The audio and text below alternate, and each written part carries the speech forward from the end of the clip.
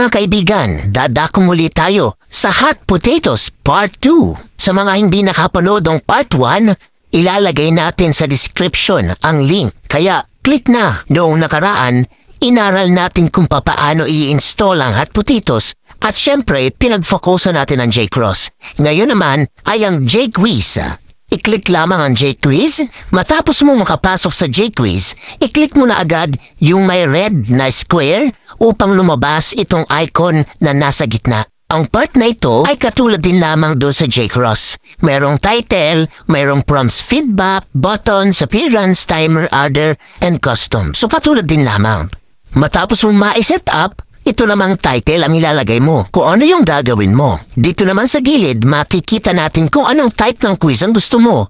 Multiple choice, hybrid, multi-select, mayroong short answer, nasa sayo. Pero ngayon, dito muna tayo sa multiple choice. Ngayon, pwede mo nang i-type ang iyong tanong doon sa red box. Doon sa number na may bilog, diyan mo makikita kung anong number ka na.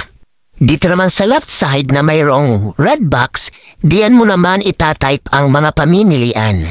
Dito naman sa blue box, itatype mo ang feedback na makikita ng mga bata. Halimbawa, ang sinagot ng mga bata ay letter A. Diba mali yun? A-appear sa screen ng bata ang iyong itinype dito. Halimbawa, mali ang iyong sagot.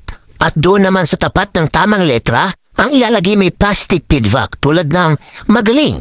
Tama ang iyong sagot.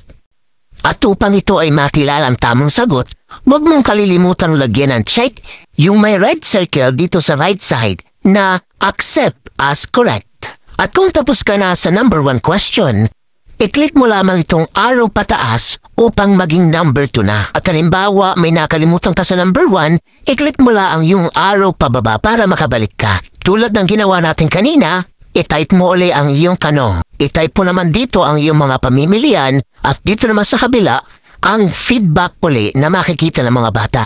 Huwag mong kalilimutan lagyan ng check upang ito ang lumabas na tamang sagot. At halimbawa tapos ka na sa mga tanong na gagawin mo at gusto mo lang i-export, pindutin lamang itong parang 7. I-click itong arrow kung saan gustong i-save ang iyong ginawa at ang gagawing file name dapat walang space. Matapos nito, click na ang save at maaari mo nang i-view ang ginawa mong exercise para makita mo naman ang itsura ng iyong session sa iyong mga bata. At ito ang kanyang magiging itsura.